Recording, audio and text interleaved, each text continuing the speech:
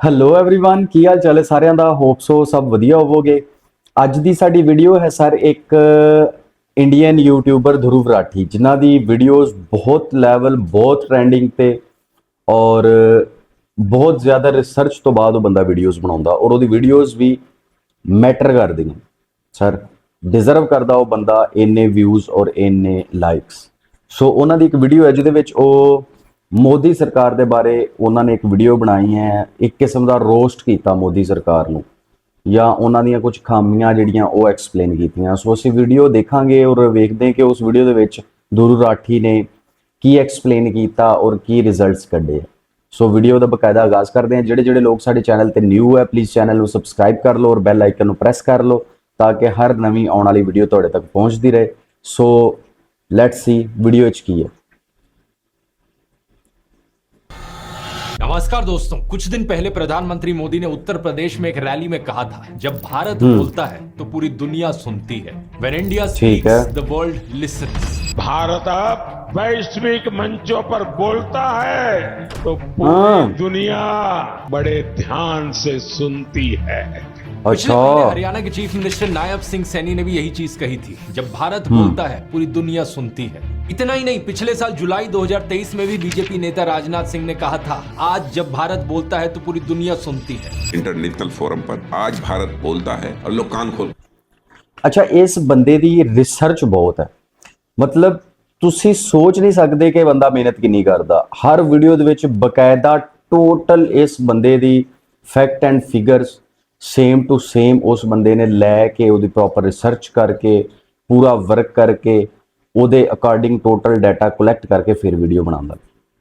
ਔਰ so video ਤੁਸੀਂ ਜਿਸ ਟਾਈਮ ਦੇਖੋਗੇ ਇਹਦੀ ਤੁਸੀਂ ਆਪੇ ਸਮਝ ਜਾਓਗੇ ਕਿ ਇਹਦੀ ਵੀਡੀਓ ਇੰਨੀ ਕਿਉਂ ਚੱਲਦੀ ਹੈ। ਸੋ ਅੱਗੇ ਦੇਖਦੇ ਹਾਂ। सुनते हैं कि भारत बोल क्या रहा है। और इससे भी पहले अगस्त 2016 में उस समय की विदेश मंत्री लेट सुषमा स्वराज ने कहा था कि आज जब भारत बोलता है तो पूरी दुनिया सुनती है।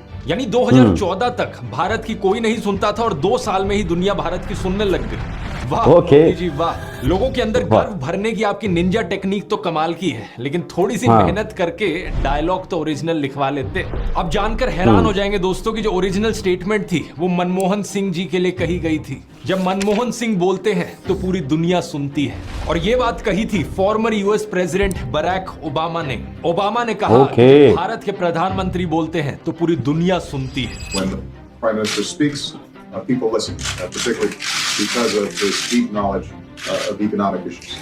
यहाँ वो मनमोहन सिंह सो वो मनमोहन सिंह वास्ते उन्हें कहा सी कि जब मनमोहन सिंह बोलता है तो पूरी दुनिया सुनती, और वो हुण तक चलिया आ रहा और ਉਹਨੂੰ ਕੰਟੀਨਿਊ ਰੱਖਿਆ ਹੋਇਆ ਉਹਨਾਂ ਨੇ।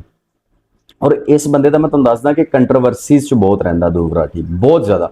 ਡੈਫੀਨਿਟਲੀ ਜਿਸ ਟਾਈਮ ਇੱਕ ਬੰਦਾ ਪੀਕ ਦੇ ਉੱਤੇ ਜਾਣਾ ਸ਼ੁਰੂ ਹੋ ਜਾਂਦਾ ਨਾ ਫਿਰ ਲੈਗ ਪੁਲਰਸ ਵੀ ਆ ਜਾਂਦੇ। ਇਹਦੇ ਉੱਤੇ ਬਹੁਤ ਸਾਰੇ ਮਤਲਬ ਕਿ ਬਲੇਮਸ ਲੱਗੇ ਕਿ ਇਹ ਜਿਹੜਾ ਐਂਟੀ ਮੋਦੀ ਹੈ ਔਰ ਇਹ ਲੋਕ ਸਭਾ ਚੁਣਾਵ ਜਿਹੜੇ ਉਹਨਾਂ ਦੇ ਵਿੱਚ ਮਤਲਬ ਕਿ ਇਹਦਾ ਕੋਈ ਰੋਲ ਹੈ, ਦੂਸਰੀ ਆਮ ਆਦਮੀ ਪਾਰਟੀ ਨੂੰ ਸਪੋਰਟ ਕਰਦਾ, मतलब बहुत सारे, but reality I don't know. So देखते हैं आगे। इकोनॉमिक्स की गहरी समझ की तारीफ कर रहे थे। उन्होंने कहा कि भारत एक सुपर पावर बनकर उभर रहा है और दुनिया इस बात को जानती है।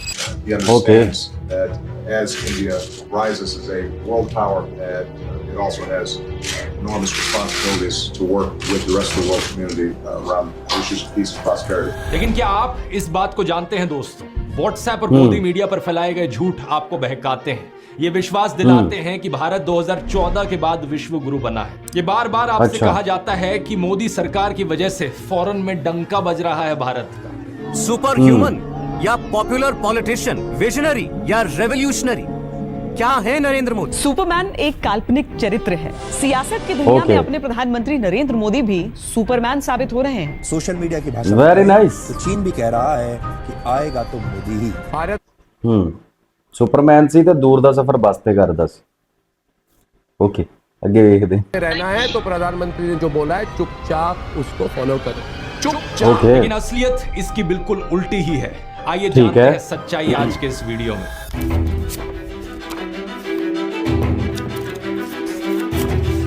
अमित शाह ने हाल ही में अपनी ओडिशा की रैली में कहा कि ये प्रधानमंत्री मोदी हैं जिन्होंने कोणार्क के मंदिर को दुनिया भर में फेमस बनाया है। का सूर्य मंदिर आज दुनिया भर में प्रसिद्ध हुआ। लेकिन अगर आप यूनेस्को की ऑफिशियल वेबसाइट पर जाकर देखोगे तो आपको दिखेगा कि कोणार्क मंदिर 1984 में ही वर्ल्ड हेरिटेज साइट बन गया था। यही चीज इन्होंने योगा के साथ करी है। पिछले साल राजनाथ सिंह ने कहा था कि योग को इंटरनेशनली सेलिब्रेट किया जा रहा है और अब दुनिया हमारे देश का रिच कल्चर एक्नॉलेज कर रही है। हेल्थ मिनिस्टर मनसुख मांडवीय ने भी यही चीज कही थी, योग अब भारत की सॉफ्ट पावर बन गया है। ये बात सही है कि प्रधानमंत्री मोदी के प्रयास की वजह से ही यूनाइटेड नेशंस ने 21 जून को इंटरनेशनल योगा डे के रूप में प्रोक्लेम किया। इस बात के लिए उनकी सराहना की जानी चाहिए। लेकिन अब देखिए यूएन की ऑफिशियल वेबसाइट पर क्या लिखा है। 11 दिसंबर 2014 को इंटरनेशनल योगा डे प्रोक्लेम किया गया, योग की यूनिवर्सल अपील को रिकॉग्नाइज करते हुए। तो क्या मई 2014 से पहले दुनिया में किसी को योगा के बारे में जानकारी नहीं थी और अगले 6-7 महीने में ही इसकी यूनिवर्सल अपील हो गई? ऐसा तो नहीं हो सकता ना। असलियत देखिए क्या है। 2013 की इस फोटो को देखिए। कनाडा के प्रधानमंत्री जस्टिन ट्रूडो मयूर आसन कर रहे हैं और इस तस्वीर में कनाडा के फॉर्मर प्राइम मिनिस्टर और उनके पिता पियर ट्रूडो यही आसन कर रहे हैं। 2007 का ये न्यूज आर्टिकल है। बाबा रामदेव ने पहली बार अमेरिका में योग करवाया, लेकिन अब इससे भी पीछे चलते हैं। ये फोटो देखिए। इन म्यूजिशियंस के बीच एक कौन आदमी है जो अपने सिर के बल खड़े हुए हैं? ये है यहूदी मेनुहीन, दुनिया के सबसे फेमस वायलिनिस्ट में से एक। और यहाँ ये शीर्ष आसन कर रहे हैं। जानते हैं ये कैसे हुआ? 1952 की बात है। हमारे पहले प्रधानमंत्री पंडित जवाहरलाल नेहरू ने यहूदी मेनुहीन को इंडिया में इनवाइट किया था। उन्होंने पंडित नेहरू से जिक्र किया कि उन्होंने एक बार योग के बारे में कोई किताब देखी थी। पंडित नेहरू तो खुद योग करते थे। यहाँ उनकी आप शीर्ष आसन करते हुए एक तस्वीर देख सकते हैं। तो पंडित नेहरू ने यहूदी मेनुहीन की मुलाकात कराई योग आचार्य BKS अयंगार से।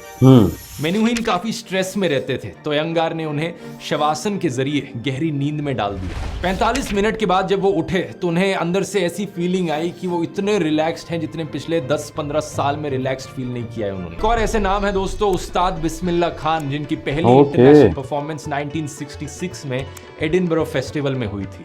उनके एक अमीर प्रशंसक ने उन्हें कहा था कि आप अमेरिका शिफ्ट हो जाइए, तो उन्होंने कहा कि अमेरिका में गंगा कहां से लाओगे। ये क्लासिकल म्यूजिक की बात है जिसके बारे में ज्यादातर लोग नहीं जानते, लेकिन अगर बॉलीवुड म्यूजिक की बात करी जाए तो आप सब लोग जानते ही हैं कि दुनिया भर में बॉलीवुड कितना पॉपुलर है।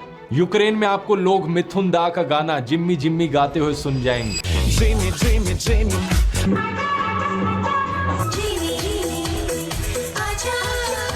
इसी तरह रशिया में मिथुन और राज कपूर की फिल्मों के लोग अलग ही लेवल के दीवाने थे।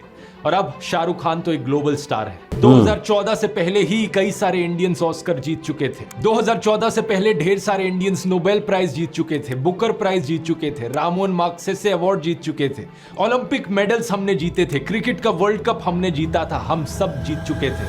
क्या बात कर रहे हैं? लेकिन नरेंद्र मोदी और उनके समर्थक कहां ये मानने वाले हैं? उनके हिसाब से तो भारत 2014 से पहले एक बियाबान जंगल था और मई 2014 के बाद अचानक से डंका बजने लगा दुनिया भर में। नरेंद्र मोदी और कंगना रनौत जैसे लोगों ने तो ये तक कहा था कि 2014 से पहले भारत के लोगों में कल्चरल कॉन्फिडेंस ही नहीं था। कहते हैं कि लोगों को शर्म आती थी खुद पर। मैं एग्जैजरेट नहीं कर रहा बातों को। प्रधानमंत्री मोदी ने 2015 में एक्चुअली ऐसा ही कहा था। एक समय था जब लोग, यार पता नहीं पिछले जन्म में क्या पाप किया था, हिंदुस्तान में पैदा हुई है। ये कोई देश है, ये कोई सरकार है, ये कोई लोग है। मतलब अगर खुद भारत के इतिहास के बारे में नहीं जानते तो मत बोलो कुछ। इस तरीके से देश के नाम को बदनाम करने की क्या जरूरत पड़ी? ਕੰਗਨਾ ਰਣਾਵਤ ਤੁਸੀਂ ਜਾਣਦੇ ਹੀ ਨਾ, ਉਹਨੂੰ ਤੇ ਸ਼ੁਭ ਨੇ ਵੀ ਇਸ ਤੋਂ ਪਹਿਲੇ ਇੱਕ Song ਦੇ ਵਿੱਚ ਕਿੰਗ ਸ਼ਿਟ ਦੇ ਵਿੱਚ ਥੋੜਾ ਕੁ ਜ਼ਲੀਲ ਕੀਤਾ ਸੀ। ਔਰ ਸੇਮ ਉਹ ਵੀ ਦੋਨਾਂ ਨੂੰ ਹੀ ਕੀਤਾ ਸੀ, ਮੋਦੀ ਨੂੰ ਵੀ ਔਰ ਉਹਨੂੰ ਵੀ, ਇੱਕ ਹੀ ਵਰਸ ਦੇ ਵਿੱਚ। ਔਰ ਸੇਮ ਧਰੁਵ ਰਾਠੀ ਇਹਦੇ ਉੱਤੇ ਜਿਸ ਤਰ੍ਹਾਂ ਕਿ ਇੱਕ ਬਲੇਮ ਹੈ, ਆਰੋਪ ਹੈ ਕਿ ਇਹ ਐਂਟੀ ਮੋਦੀ ਹੈ, ਲੇਕਿਨ ਅਗਰ ਉਹ ਰਿਐਲਿਟੀਜ਼ ਫੈਕਟ ਐਂਡ ਫਿਗਰਸ ਦੇ ਨਾਲ ਐਕਸਪਲੇਨ ਕਰ ਰਿਹਾ ਤੇ ਅਸੀਂ ਉਹਦਾ ਪੁਆਇੰਟ ਦੇਖਣਾ। ਅਸੀਂ ਇਹ ਨਹੀਂ ਵੇਖਣਾ ਕਿ ਉਹ ਗਲਤ ਹੈ ਜਾਂ ਠੀਕ ਹੈ, ਅਸੀਂ ਪੁਆਇੰਟਸ ਦੇਖਣੇ। ਅਗਰ ਪੁਆਇੰਟ ਠੀਕ ਹੈ ਤੇ ਬੰਦਾ ਠੀਕ ਹੈ। ਸੋ ਉਹਦੇ ਫੈਕਟ ਐਂਡ ਫਿਗਰ ਦੇ ਹਿਸਾਬ ਨਾਲ ਵਾਕਈ ਇਸ ਤਰ੍ਹਾਂ ਹੈ ਕਿ ਅਗਰ 2014 ਤੋਂ ਪਹਿਲੇ ਹਰ ਚੀਜ਼ ਕਰ ਚੁੱਕੇ ਸੀ, ਸੋ ਇਹ ਇੱਕ ਹਵਾ ਬਣਾਇਆ ਜਾ ਰਿਹਾ ਕਿ ਤੇ ਜੋ ਹੋਇਆ ਉਸ ਤੋਂ ਬਾਅਦ ਹੀ ਹੋਇਆ ਔਰ ਜੋ ਕੀਤਾ ਮੋਦੀ ਨੇ ਹੀ ਕੀਤਾ। ਸੋ ਅੱਗੇ ਦੇਖਦੇ ਨੈਕਸਟ।